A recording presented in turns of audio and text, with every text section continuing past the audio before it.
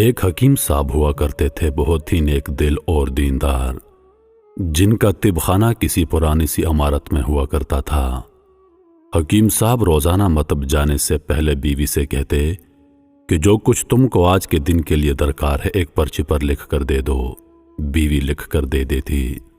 حکیم صاحب دکان پر آ کر سب سے پہلے وہ پرچی کھولتے، بیوی نے جو چیزیں لکھی ہوتی ان کے سامنے ان چیزوں کی قیمت درج کرتے، ان کا ٹوٹل کرتے، پھر خدا سے دعا کرتے، یا خدا، میں صرف تیرے حکم کی تعمیل میں تیری عبادت چھوڑ کر یہاں دنیا داری کے چکروں میں آ بیٹھا ہوں۔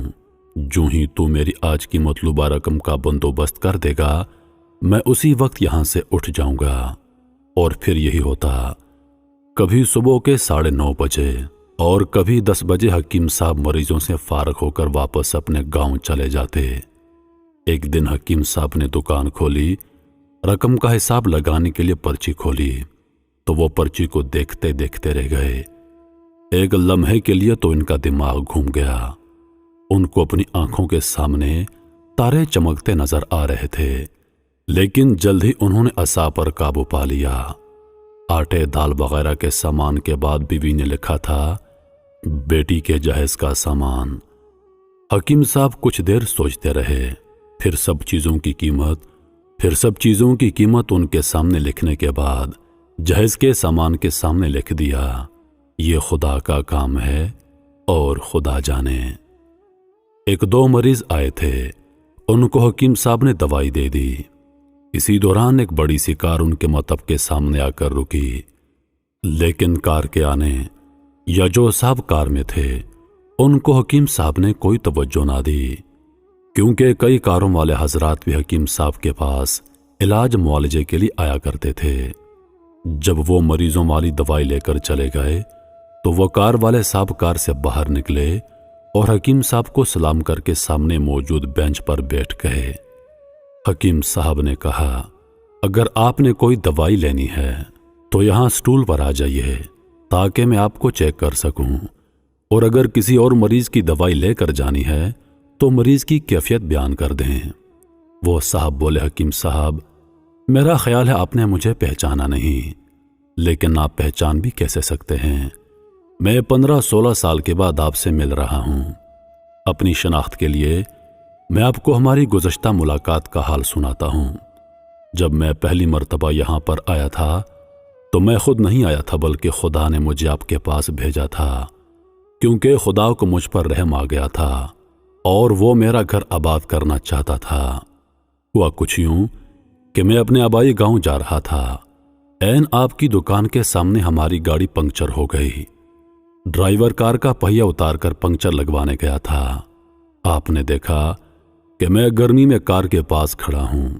آپ میرے پاس آئے اور مطب کی طرف اشارہ کر کے کہا، اندر کرسی پر آ کر بیٹھ جائیے۔ اندھا کیا مانگتا 2 آنکھیں۔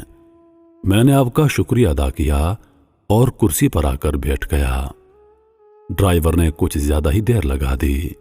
ایک چھوٹی سی بچی بھی یہاں آ کر میرے پاس کھڑی تھی اور بار بار کہہ رہی تھی، مجھے بہت بھوک لگ رہی ہے، اور آپ اس سے کہہ رہے تھے، بیٹی تھوڑا صبر کرو، ابھی چلتے ہیں۔ میں یہ سوچ کر کہ اتنی دیر سے آپ کے پاس بیٹھا ہوں، مجھے آپ سے کوئی دوائی خریدنی چاہیے تاکہ آپ میرے بیٹھنے کو زیادہ محسوس نہ کریں۔ میں نے کہا، حکیم صاحب، میں انگلینڈ میں ہوتا ہوں، وہاں گئے مجھے 5-6 سال ہو چکے ہیں۔ جانے سے قبل میری شادی ہوئی تھی، لیکن اولاد نہیں ہے۔ یہاں پر بہت علاج کروایا اور وہاں انگلینڈ میں بھی، لیکن اب صرف مایوسی ہے۔ آپ نے کہا، میرے بھائی توبہ استغفار پڑھو، خدا را اپنے رب سے مایوس نہ ہو، یاد رکھو اس کے خزانے میں کسی چیز کی کمی نہیں۔ اولاد، مال و اسباب، غمی خوشی، زندگی اور موت سب اسی کے ہاتھ میں ہیں۔ کسی ڈاکٹر کے ہاتھ میں شفا نہیں ہوتی اور نہ کسی دوا میں شفا ہوتی ہے۔ اگر شفا ملتی ہے تو خدا کے حکم سے ملنی ہے، اولاد دینی ہے تو اسی نے دینی ہے۔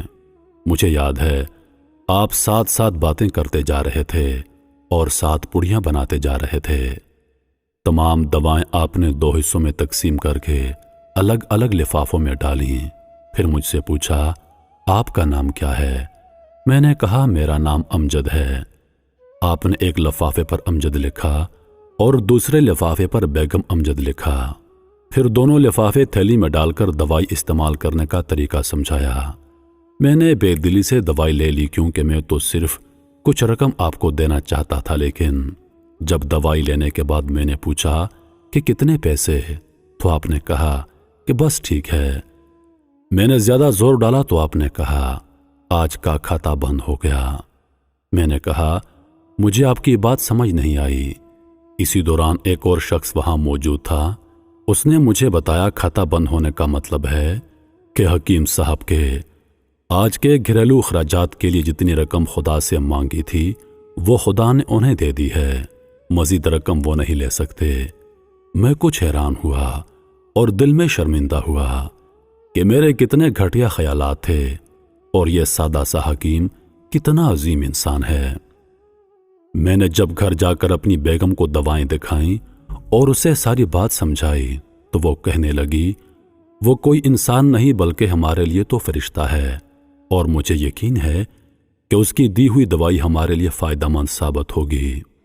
حکیم صاحب، آج میں 3 بچوں کا باپ ہوں۔ خدا نے آپ کو ہماری مدد کا وسیلہ بنایا۔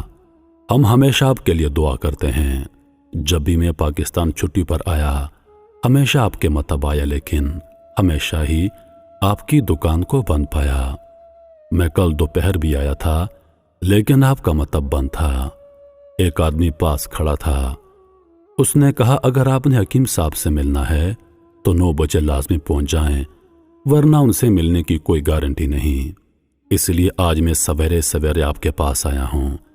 جب 15 سال پہلے میں نے آپ کے مطب میں آپ کی چھوٹی بیٹی دیکھی تو میں نے بتایا تھا کہ اس کو دیکھ کر مجھے میری بھانجی یاد آ رہی ہے۔ میری بھانجی کی شادی اس ماہ کی 21 تاریخ کو ہونا تھی۔ اس کی شادی کا سارا خرچ میں نے اپنے ذمہ لیا تھا۔ میں نے اسے رقم بھجوائی تھی کہ وہ اپنی مرضی کی چیزیں خرید لے۔ اسے بخار تھا لیکن اس نے کسی کو نہ بتایا اور بخار کی دوائیاں کھاتی رہی اور گھومتی رہی۔ پھر ایک دن بازار میں بے ہوش ہو کر گر گئی۔ ہسپتال پہنچنے پر پتا چلا کہ اسے گردن توڑ بخار ہے۔ اسے 102 کا بخار تھا اور وہ بے ہوشی کی حالت میں دنیا سے رخصت ہو گئی۔ اس کے فوت ہوتے ہی مجھے اور میری بیوی کو نہ جانے کیوں آپ کی بیٹی کا خیال آیا اور ہم نے فیصلہ کیا کہ ہم جہیز کا سارا سامان آپ کی بیٹی کے لیے پہنچا دیں گے۔ اگر شادی جلد ہو گئی تو سارا انتظام خود کریں گے، اور اگر ابھی کچھ وقت ہوا تو نقد رقم پہنچا دیں گے۔ میری درخواست ہے آپ سب کے لیے مجھے انکار نہیں کریں گے۔ حکیم صاحب حیران و پریشان تھے، پھر بولے امجد صاحب، آپ جو کچھ کہہ رہے ہیں مجھے تو یقین نہیں ہو رہا۔ میں نے آج صبح بیوی کے ہاتھ لکھی پرچی دیکھی تو گھر کے مرچ مسالوں کے بعد بیٹی کے جہیز کا سامان لانے کو لکھا تھا، اور آپ خود دیکھ لیں میں نے پرچی پر کیا لکھا ہوا ہے۔ یہ کہہ کر حکیم صاحب نے پرچی امجد صاحب کو تھما دی۔ امجد صاحب نے جب پرچی دیکھی تو عبارت دیکھ کر حیران ہو گئے۔ لکھا تھا خدا کا کام ہے خدا جانے۔ امجد صاحب یقین جانے جو بھی بیوی نے راشن کی پرچی لکھی ہو، آج تک ایسا نہیں ہوا کہ ان سب کو لانے کا بندوبست نہ ہوا ہو۔ آپ کی بھانجی کی وفات کا مجھے بے حد افسوس ہے، لیکن میں اس پاک رب کی قدرت پر حیران ہوں جو کیا کیا معجزے دکھاتا ہے۔ اس طرح حکیم صاحب کی بیٹی کے جہیز کا بندوبست ہوتا ہے اور بڑے اچھے طریقے سے ان کی شادی ہو جاتی ہے۔ محترم عزیز دوستو، یہ کہانی تو یہاں ختم ہوتی ہے، لیکن اس میں ہمارے لیے بہت بڑا سبق موجود ہے۔ وہ یہ کہ اللہ پر بھروسہ کرنا چاہیے، اللہ سے کبھی نا امید نہیں ہونا چاہیے، کیونکہ اللہ فرماتا ہے کہ مایوسی گناہ ہے۔ تم مجھ پر یقین کر کے تو دیکھو، تم مجھ سے صدقے دل سے مانگ کر تو دیکھو، میں نے نہ دیا تب کہنا۔ عزیز دوستو، آج ہم دعا تو کرتے ہیں لیکن ہماری دعائیں ادھوری ہوتی ہیں، ہماری دعاؤں میں شک ہوتا ہے۔ ہم اللہ پاک سے مانگتے ضرور ہیں لیکن 100% یقین کے ساتھ نہیں۔ جس دن ہماری دعاؤں میں 100% یقین آ گیا، اس دن ہماری زبان سے نکلی ہوئی ہر دعا قبول ہوگی۔ اور عزیز دوستو، اللہ پر ہمیشہ بھروسہ رکھیں، اللہ پر یقین رکھیں، کیونکہ اللہ پاک کبھی اپنے بندے کو مایوس نہیں کرتا، بس کمی ہے